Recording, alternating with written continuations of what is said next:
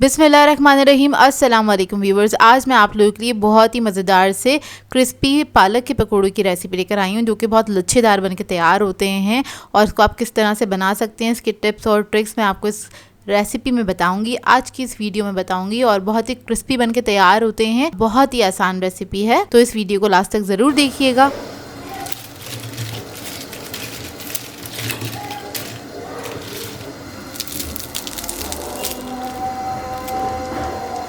अगर आप मेरे चैनल पर नए हैं तो मेरे चैनल को सब्सक्राइब करें, साथ साथ ऑल नोटिफिकेशन को क्लिक करें। इससे आने वाली मेरी हर नई वीडियो की नोटिफिकेशन आपको सबसे पहले मिलेगी। वीडियो अच्छी लगे तो लाइक एंड शेयर करना ना भूलें। तो चलिए ये वीडियो स्टार्ट करते हैं। तो इसके लिए हमें चाहिए होगा पालक। तो पालक मैंने लिया था 250 ग्राम के बराबर। एक पाव पालक लेके उसकी स्टिक्स मैंने हटा दी थी और उसके जो पत्ते थे उसको मैंने कट कर लिया, इस तरह मोटा मोटा सा ही कट किया है। और उसको धो लिया था अच्छी तरीके से 4-5 पानी से, क्योंकि इसके अंदर बहुत ज़्यादा मिट्टी होती है। तो अच्छे से धो के और पानी रिंस करके इसको हमने निकाल लिया एक बोल के अंदर। अब हमें चाहिए होगी प्याज। तो प्याज मैंने ले ली थी 2 बड़े साइज़ की, तकरीबन 1.5 कप के बराबर ये प्याज। इसको बस स्लाइसेस में कट कर लिया है हमने। और अब इसके अंदर हम ऐड करेंगे नमक 1 टीस्पून के बराबर।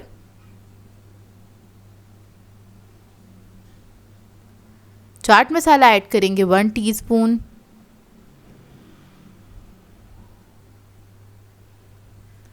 अदरक लहसुन का पेस्ट ऐड करेंगे 1 टीस्पून।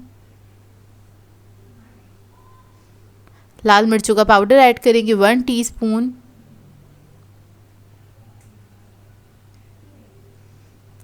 धनिया और ज़ीरा ऐड करेंगे भुना हुआ और कुटा हुआ 1 टेबलस्पून के बराबर। और अब मैं इसके अंदर ऐड करूँगी बेसन। तो अभी मैं ऐड कर रही हूँ आधा कप के बराबर बेसन। आगे मैं और भी ऐड करूँगी, वो मैं आपको आगे दिखाती हूँ। सबसे पहले हम आधा कप ऐड कर देंगे इसके अंदर। और इसके अंदर हम ऐड करेंगे बेकिंग सोडा 1/8 टीस्पून के बराबर, या आप कह लें 2 चुटकी के बराबर मैंने ऐड किया है इसके अंदर। अब इसको मिक्स कर लेंगे। और सबसे पहले आपने इसको ड्राई ही मिक्स करना है, क्योंकि पालक के अंदर प्याज के अंदर भी अपना पानी होता है, ताकि वो पानी थोड़ा रिलीज़ कर ले। तो आपने इसको इस तरह से मिक्स कर लेना है। तो इससे हमें पता चल जाएगा इसके अंदर हमें कितना बेसन ऐड करना है या फिर कितना पानी ऐड करना है। अब क्या करेंगे, बहुत थोड़ा थोड़ा सा पानी ऐड करना है इसके अंदर इस तरह से, और आपने इसको मिक्स करना है। मतलब 2 to 3 टेबलस्पून के बराबर आपने पानी ऐड करना है और एक बार आपने इसको मिक्स कर लेना है। अब इसको मिक्स करने के बाद हमें पता चल जाएगा कि हमें इसमें कितने बेसन की ज़रूरत है। आपको हाथ से भी पता चल जाएगा, क्योंकि ये स्टिक नहीं हो रहा, अभी ज़रा बिखरा बिखरा सा है। तब हम इसके अंदर ऐड कर देंगे 1/4 कप के बराबर बेसन। और ऐड कर दिया है मैंने, क्योंकि हम क्रिस्पी पकोड़े बना रहे हैं और लच्छेदार बना रहे हैं, तो उसके लिए ज़रूरी है कि बेसन बहुत ज़्यादा नहीं जाता है, और बस इतना ही बेसन जाता है कि एक हल्की सी कोटिंग हुई हुई हो जिस चीज़ के भी आप पकोड़े बना रहे हैं। तो बस हल्की सी कोटिंग चाहिए बस बेसन की हमें। अगर हम ज़्यादा बेसन ऐड करेंगे तो फिर वो क्रिस्पी बन के तैयार नहीं होंगे पकोड़े।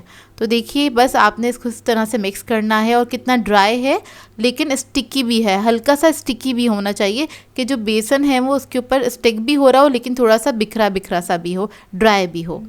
तो ये देखिए बस ये रेडी हो गया है हमारा बैटर। अब मैं आपको दिखा देती हूँ, देख लीजिए हल्की सी कोटिंग है बस बेसन की इसके ऊपर, ज़्यादा नहीं है। अब थोड़ा सा हम पोर्शन ले लेंगे इसमें से, उसको आपने हाथ पे ही समेट लेना है इस तरह से। उसके बाद हम इसको ऑयल में ऐड करेंगे। ऑयल मैंने गरम करने के लिए रख दिया था। अब इसको हम ऑयल में ऐड कर देंगे। तो इसी तरह से आपने थोड़ा थोड़ा सा पोर्शन लेना है और इसको समेट के आपने ऑयल के अंदर ऐड कर देना है। गरम तेल के अंदर बस इसको हम फ्राई करेंगे और बहुत जल्दी फ्राई हो जाते हैं ये, 3 से 4 मिनट लगते हैं इसको फ्राई होने में, लेकिन बहुत ही मज़ेदार बनके तैयार होते हैं ये पालक के पकोड़े।